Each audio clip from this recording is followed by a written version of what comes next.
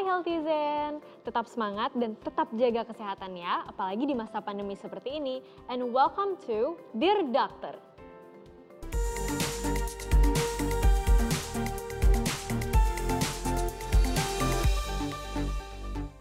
Hai Healthizen, apa kabar semuanya? Semoga tetap semangat ya dalam keadaan sehat dan bugar. Kembali lagi bersama saya, Dr. Clarin Hayes, dapat giliran jaga lagi nih di Dear Doctor. Dari kemarin baik banget nih pertanyaan yang masuk dari Healthizen, baik dari Instagram maupun dari Twitter. Nah, hari ini kita bakal langsung bahas semuanya satu-satu. Langsung aja kita menuju pertanyaan pertama. Pertanyaan pertama datang dari @arkanar_arjuna. Dear Doctor, bener nggak dok kalau mandi pakai air panas bisa membunuh virus COVID? Oke, Dear Arkana Arjuna, jawabannya tidak benar. Yang bisa membunuh virus COVID ya sistem imun kita sendiri. Gejala-gejala infeksi seperti demam, batuk, ngilu sendi, pegal otot, diare, dan lain sebagainya, ini adalah pertanda bahwa sistem imun kita berespon terhadap virus COVID. Walaupun nggak semua orang mengalami gejala ini ya, ingat ada yang namanya OTG, orang tanpa gejala. Batuk terjadi sebagai mekanisme tubuh untuk mengeluarkan virus dari sistem pernafasan kita. Makanya harus taat prokes, pakai masker kemana-mana ya, karena droplet yang muncul dari batuk inilah yang menularkan penyakit ke orang lain.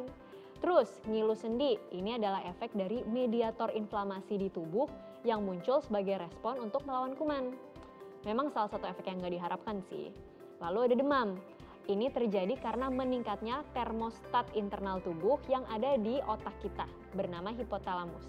Nah, ini semua adalah mekanisme pertahanan alami karena suhu tinggi dianggap dapat membunuh virus. Mandi air panas bikin tubuh lebih hangat, memang betul.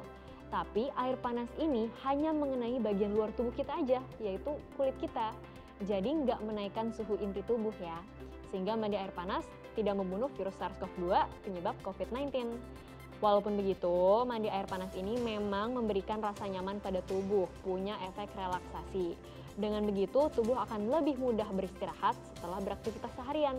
Dan tentunya istirahat inilah yang kita butuhkan agar badan lebih fit dalam melawan berbagai patogen atau kuman jahat di tubuh.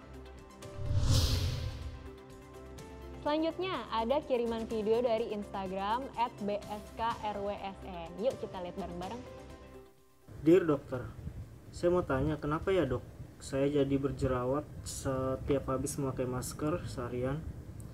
Apakah ada tipsnya dok agar tidak berjerawat meski harus memakai masker seharian di tengah pandemi seperti ini? Karena jangankan di kantor, di rumah saja saya memakai masker dok, karena trauma setelah sempat terpapar virus corona setahun yang lalu. Oke, jadi kondisi munculnya jerawat pada kulit setelah menggunakan masker seharian ini disebut dengan akne mekanika atau gampangannya maskne. Kondisi ini muncul karena kulit bergesekan terus-menerus dengan bagian dalam masker kita selama berjam-jam seharian, terutama saat kita berbicara satu sama lain. Karena gerakan-gerakan mulut dan otot rahang ini menyebabkan kulit bergesekan. Akibatnya, barrier kulit lama-kelamaan jadi terganggu dan terjadilah iritasi, radang atau inflamasi, ditambah kondisi yang lembab karena setiap kali kita bicara nih, kita mengeluarkan uap air loh yang terperangkap di antara masker dan kulit kita. Ini menyebabkan P. acnes tumbuh subur dan terjadilah jerawat. Kalau penyebabnya adalah masker, memang solusinya ya hindari penyebab. Tapi kan nggak mungkin ya kita nggak pakai masker. Jadi yang bisa kita siasati yaitu dengan memperkuat skin barrier atau barrier alami kulit kita. Bisa dengan menggunakan skincare yang mengandung bahan-bahan seperti ceramides. Hindari bahan-bahan eksfoliator karena bisa memperparah iritasi yang terjadi. Hindari juga make up di area yang tertutup masker agar nggak semakin lembab dan menyumbat pori kita. Juga hindari makanan-makanan penyebab munculnya jerawat ya. Jadi nggak cuma dari luar aja, tapi dari dalam juga nih. Hindari makanan terutama yang manis-manis. Berikutnya ada konsultasik dari Diam Sesto. Dear dokter, dok, saya dan istri sudah divaksin COVID-19, tapi vaksin yang saya terima dengan vaksin yang istri saya terima berbeda. Sebenarnya apa sih vaksin yang cocok untuk masyarakat di Indonesia? Oke, Dear Diam Sesto, semua vaksin yang beredar di Indonesia baik dan cocok. sudah melalui tahap uji klinis, dan sudah terdaftar di BPOM juga. Memang setiap vaksin memiliki beda metode pembuatan ya, beda interval pemberian, dan juga beda efek samping bahkan di setiap orang. Nggak masalah kok kalau vaksin yang Bapak terima dan istri terima itu berbeda. Yang penting tetap jaga prokes dan jaga kesehatan agar tubuh bisa membentuk imunitas dengan baik dari vaksin tersebut.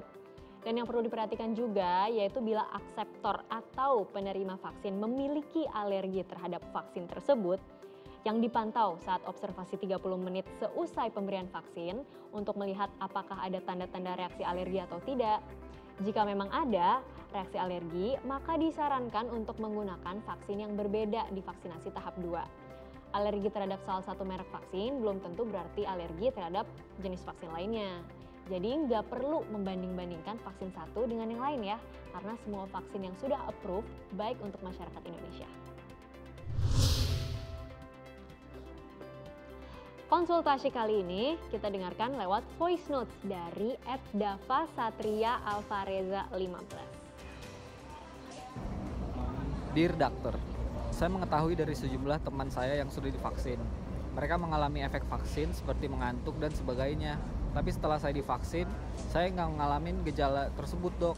Apa benar jika setelah divaksin, saya tidak merasakan efek vaksin seperti panas, nyeri badan, demam, dan pusing? Berarti saya pernah terpapar COVID sebelumnya. Namun saya tidak sadar karena tidak bergejala. Saya tunggu jawabannya ya, dok. Terima kasih. Oke, Dear Dava, jawabannya tidak benar ya. Efek samping seperti demam, nyeri badan, mual, muntah, pusing, dan lain sebagainya itu adalah KIPI atau kejadian ikutan pasca imunisasi. Justru ini adalah tanda bahwa sistem imun tubuh kita sedang bereaksi dan berespon terhadap vaksin tersebut. Walaupun gak semua orang mengalami efek samping ya, untuk yang tidak mengalami efek samping ini pun sistem imun kita juga tetap berespon kok terhadap vaksin. Tapi kalau gejala ini makin hari makin memberat, kemudian berlanjut hingga ada anosmia atau kehilangan penciuman dan kehilangan perasa di lidah, sebaiknya kamu cek PCR karena gejalanya mengarah ke COVID-19. Bisa aja udah terpapar sebelum vaksin dan kebetulan muncul gejala bersamaan setelah vaksin. Kalaupun ternyata positif COVID, well it's okay karena vaksin tidak memperberat penyakit. Vaksin tidak mengandung virus yang hidup. Lanjutkan dengan vaksin kedua 3 bulan setelah dinyatakan sembuh. Untuk mengetahui sebelumnya pernah terpapar atau tidak, kita bisa lihat dari gejala-gejala apa saja yang pernah dialami. Apakah pernah mengalami anosmia, gak dapat mencium bau, gak dapat merasakan makanan? Kalaupun memang pernah, berapa bulan yang lalu? Jika sudah lebih dari 3 bulan, ya it's okay untuk divaksin. Selain itu, kita juga bisa cek titer antibodi kita. Namun ini memang cukup memakan biaya sih. Intinya, efek-efek tersebut wajar dialami setelah vaksin ya. Dan yang terpenting, tetap lakukan prokes.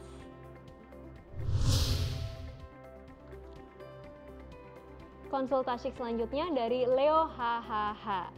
Dokter, kenapa ya vaksin COVID disuntikannya di tangan? Oke, Dear Leo, pertanyaan yang bagus. Sebenarnya ada 3 alasan. Pertama, vaksin disuntikan secara intramuskuler atau di otot lengan, yaitu di otot deltoideus. Karena di dalam otot memiliki vaskularisasi atau pendarahan yang baik dibandingkan dengan lemak. Bila andai kata vaksin disuntikan di jaringan lemak nih di bawah kulit yang minim pembuluh darah, maka vaksin itu akan lebih lama memasuki sirkulasi atau peredaran darah. Dan akhirnya efeknya lebih lama menghasilkan respon imun yang diinginkan terhadap antigen dalam vaksin. Ingat bahwa sistem imun kita itu adanya di dalam darah ya. Jadi inilah kenapa vaksin disuntikan ke otot. Kedua, vaksin disuntikan ke lengan kiri. Ya, kenapa? Karena lengan kiri adalah lengan yang tidak dominan untuk berjaga-jaga supaya bila terjadi reaksi lokal seperti nyeri, bengkak, atau keterbatasan gerak itu nggak mengganggu aktivitas dan pekerjaan sehari-hari kita. Dan ketiga, penyuntikan di lengan ini lebih mudah dilakukan dalam vaksinasi massal. Gak mungkin kan kita suntik di paha dan menyuruh orang melepas celana atau pakaian bawahnya terlebih dahulu kalau lagi sentra vaksinasi. Jadi lebih efisien aja dan lebih nyaman untuk disuntikan secara massal.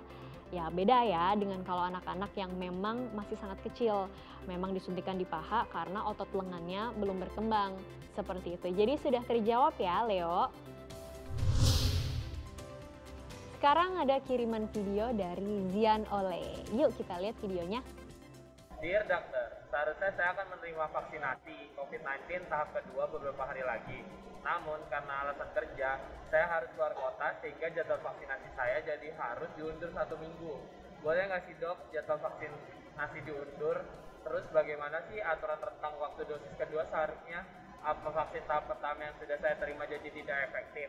Terima kasih dok.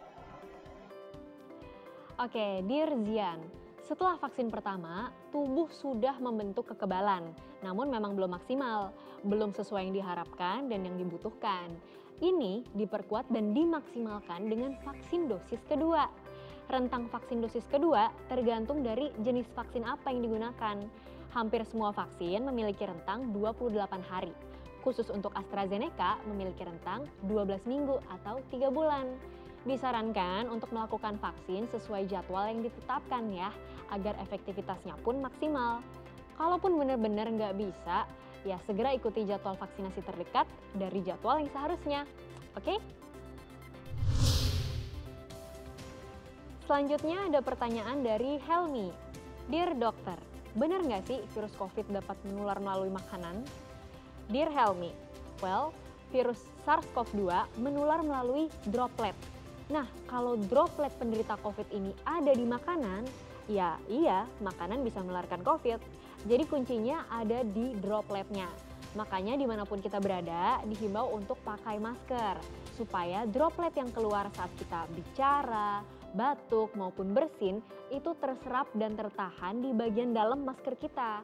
Itulah kenapa disebut maskerku melindungimu dan maskermu melindungiku. Kalau droplet ini ada di gagang pintu, terus kalian pegang gagang pintunya, kalian mengusap mata, mulut, atau hidung tanpa cuci tangan terlebih dahulu, ya bisa juga gagang pintu ini menularkan COVID gitu. Jadi makanya jaga kebersihan dan cuci tangan sebelum memegang makanan, mata, maupun hidung ya. Wow, Healthy Zen, konsultasi asyik atau konsultasi kita sudah terjawab semua nih di Dear Dokter kali ini. Saya tunggu ya pertanyaan, keluhan, atau mungkin kebingungan dari Healthy Zen lainnya. Dan sampai jumpa di Dear Dokter selanjutnya. Saya Dr. Clarin Hayes pamit undur diri. We share because we care.